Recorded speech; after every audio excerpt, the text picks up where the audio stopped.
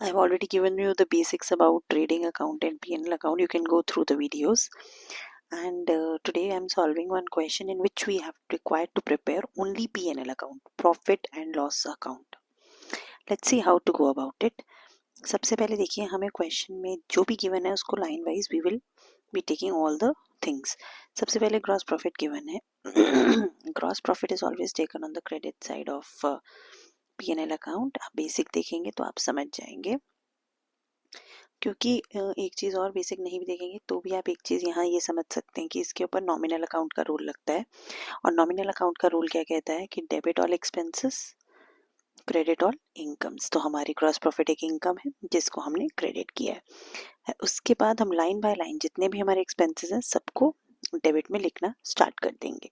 और इसके बेसिक में मैंने आपको बताया था कि जितने भी इनडायरेक्ट एक्सपेंसेस होते हैं वो सारे इनडायरेक्ट एक्सपेंसेस को हम P&L में रिकॉर्ड करते हैं. और जितने भी हमारे डायरेक्ट एक्सपेंसेस है, direct expenses means directly which are related to the which are directly related to our this thing, directly related to the business, to the factory, वो सारी चीज़ों को हम यहाँ पे रिकॉर्ड करते हैं. प्रोडक्शन से रिलेटेड हमारे जितने भी डायरेक्ट एक्सपेंसेस होते हैं सबको हम यहाँ पे रिकॉर्ड करते हैं. तो एक एक करके आप देख सकते हैं, जैसे कि हमारे इनडायरेक्ट एक्सपेंस है जो डायरेक्ट प्रोडक्शन से रिलेटेड नहीं है, उन सबको मैं किस तरीके से यहाँ पे रिकॉर्ड कर रही हूँ. जैसे कि रेंट हो गया, सैलरी हो गई, एडवर्टीजमेंट एक्सपेंस हो गया, इंटरेस्ट ऑन लोन हो गया. अब इंटरेस्ट रिसीव्ड है, ये बहुत ही इंटरेस्टिंग पॉइंट है. इंटरेस्ट रिसीव्ड को मैं क्रेडिट साइड पे क्यों लिख रही हूँ, क्योंकि वो हमारे लिए एक इनकम है और हम यहाँ नॉमिनल अकाउंट का रूल अप्लाई कर रहे हैं, debit all expenses and credit all incomes. तो जब मैंने इसको यहाँ पे रिकॉर्ड किया तो 8,000 से मेरा इंटरेस्ट यहाँ रिकॉर्ड हो गया. Next is discount allowed. Again expense है, वो भी इनडायरेक्ट खर्चा है, प्रोडक्शन से डायरेक्टली रिलेटेड नहीं है. लेकिन इससे भी इंटरेस्टिंग पॉइंट मेरे पास क्या है, डिस्काउंट रिसीव्ड. डिस्काउंट रिसीव किया है तो मेरे लिए एक गेन है. गेन है तो वो credit side of P&L account में रिकॉर्ड किया जाएगा. फिर अगेन प्रिंटिंग एंड स्टेशनरी का खर्चा, जितने भी और मतलब मेरे जितने भी आप देख सकते हैं, मुझे क्वेश्चन में इनडायरेक्ट एक्सपेंसेस नहीं है, मैं किस तरीके से उन सभी इनडायरेक्ट एक्सपेंसेस को फटाफट से डेबिट साइड ऑफ P&L में रिकॉर्ड कर रही हूँ, क्योंकि उनको और हम कहीं रिकॉर्ड कर नहीं सकते हैं. जितने भी डायरेक्ट खर्चे हैं उसे तो हम ट्रेडिंग में रिकॉर्ड कर देंगे.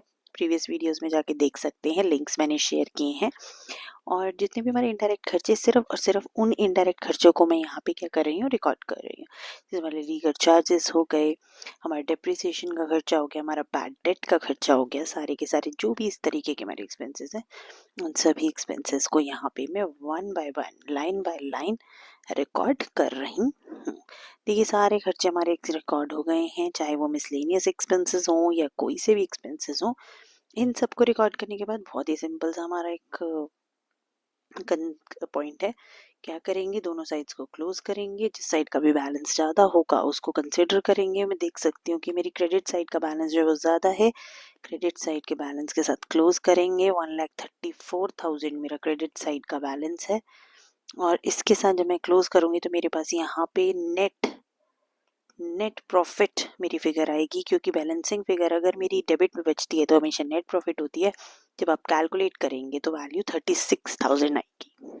आई होप आपको वीडियो समझ में आया, P&L अकाउंट को कैसे बनाते हैं और यहाँ सारे इनडायरेक्ट एक्सपेंसेस को रिकॉर्ड करते हैं.